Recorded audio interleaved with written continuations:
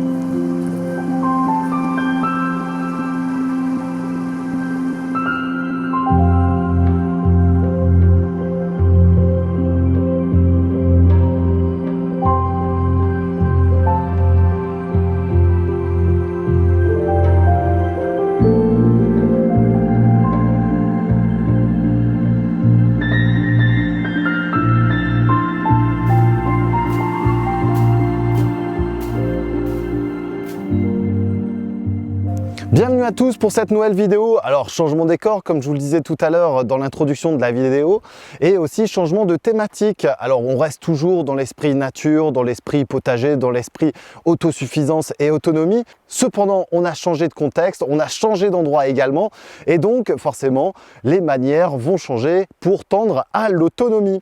Alors la première chose forcément ça a été d'installer et de préparer la future zone de potager que vous pourrez observer par la suite au travers d'une autre vidéo. Et aujourd'hui par contre j'ai décidé de m'intéresser à la chasse au Canada. Alors la chasse au Canada est bien différente de la chasse en France.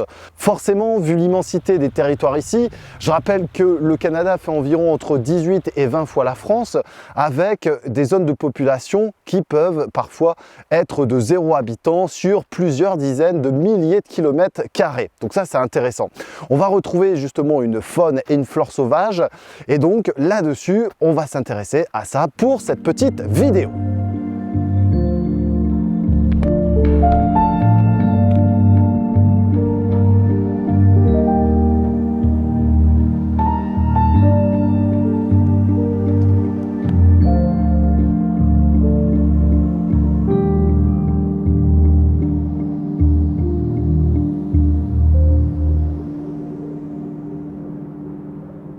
Alors, la chasse au Canada peut paraître bien plus simple, entre guillemets, parce qu'on va pouvoir observer et pister les différents gibiers avec la neige. Ça, c'est une première chose. Alors, il faut savoir que la neige ici est tombée il y a environ une semaine à 2 semaines avec 40 cm d'un coup. Donc ça, c'est assez étrange pour moi parce que j'ai jamais connu de truc comme ça dans le nord de France. Et donc, on a commencé par pister différents gibiers. On a pu voir des traces d'ours, on a pu voir des traces de puma ou alors de lynx, également de cerfs à queue blanche, qui est pour aujourd'hui l'intitulé de cette vidéo. Donc là on est sur la traque d'un cerf à queue blanche, ça c'est la première chose. Alors là on est sur la chasse d'un cerf. Pourquoi chasser? En fait, l'objectif aussi de mon périple va être d'être le plus autonome possible, et donc forcément chasser, cueillir, s'occuper un petit peu et faire toutes les constructions, c'est ma partie et ma tâche quotidienne au Canada. Concernant le cerf blanc, il faut savoir qu'il aime à peu près des zones dégagées un peu comme celle-ci. C'est pour ça que je me suis installé à proximité d'un cours d'eau pour pouvoir premièrement les observer, parce que c'est une chose, mine de rien ça fait une petite chasse à la photo, et aussi pour observer comment ils se déplacent et aussi voir un petit peu les états migratoires pour pouvoir forcément en chasser un. Alors pour information, ça fait 2 semaines qu'on est à la chasse et 2 semaines où on a tiré 0 balles. Donc ça c'est plutôt un bon scoring pour ma part.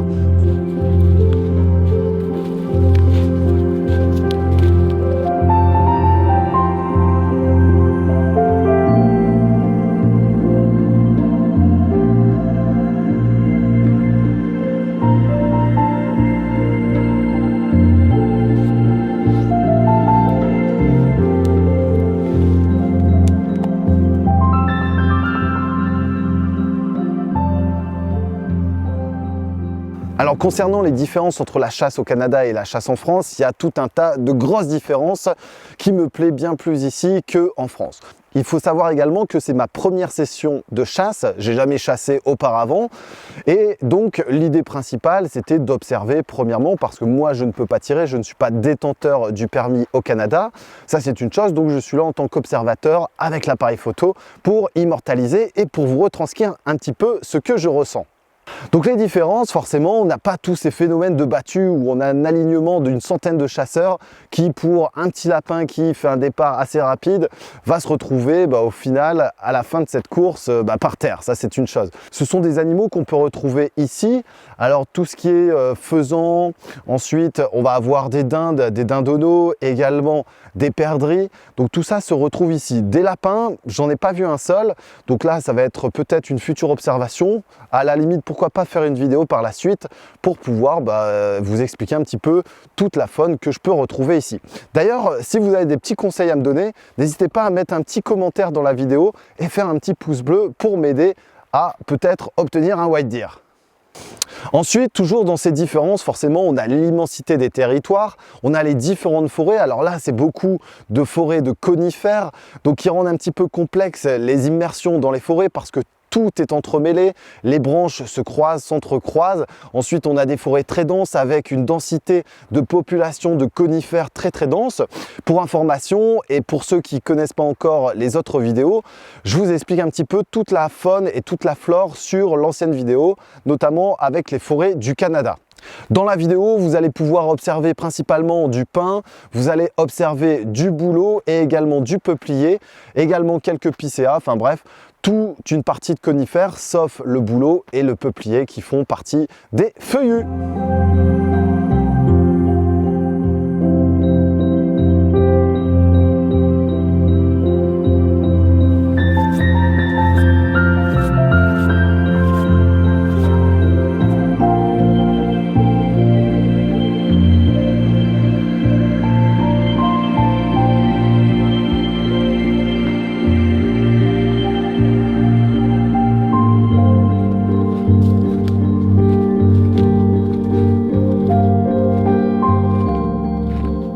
Pour résumer, on a tiré 0 balles dans les forêts. On a plutôt marché quelques dizaines de kilomètres, si pas plus, et donc on a plutôt observé. J'ai pu voir différentes traces, différents tracés qui montrent les va-et-vient justement de ces white deer.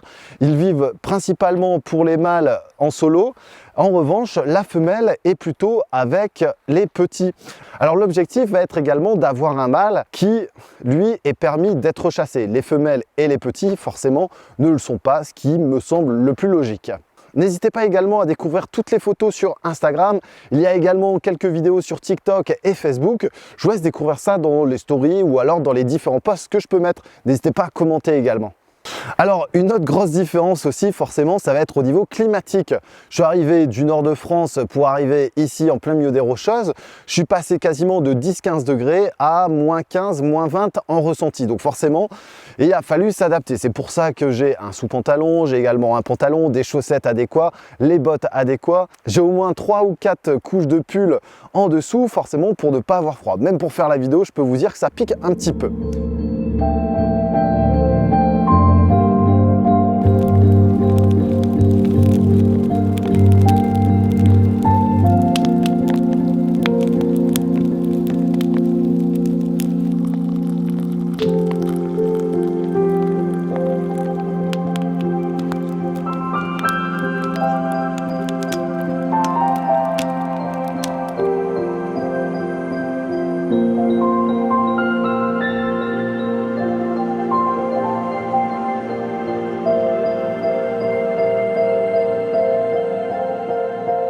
Donc forcément, j'ai dû m'adapter à ça et donc on fait généralement des petites sessions. On part tôt le matin, aux alentours des 6-7 heures jusqu'à environ 9-10 heures. Donc on se balade là principalement dans les forêts que vous avez pu voir. Et ensuite, parfois, on y retourne le soir aux alentours des 3-4 heures jusqu'au coucher du soleil qui arrive généralement vers 5h, 5h30. Alors pour rappel, je ne suis pas chasseur en France, bien au contraire. Alors forcément, pour apprendre des nouvelles compétences, pour apprendre des nouvelles expériences aussi, je me suis mis donc avec le guide qui me permet justement de connaître bien d'autres choses sur la faune et la flore locale. Peut-être qu'il y aura une autre vidéo sur la chasse, peut-être qu'on verra également des ours, peut-être également qu'on verra des élans, que sais-je. Bref, tout ça, ça sera à découvrir sur ma chaîne The Prof Dirty. N'oubliez pas également, il y a toute la partie potager, la partie abeille à découvrir sur la chaîne The Prof Dirty. C'est à découvrir dans toutes mes vidéos et sur les réseaux sociaux.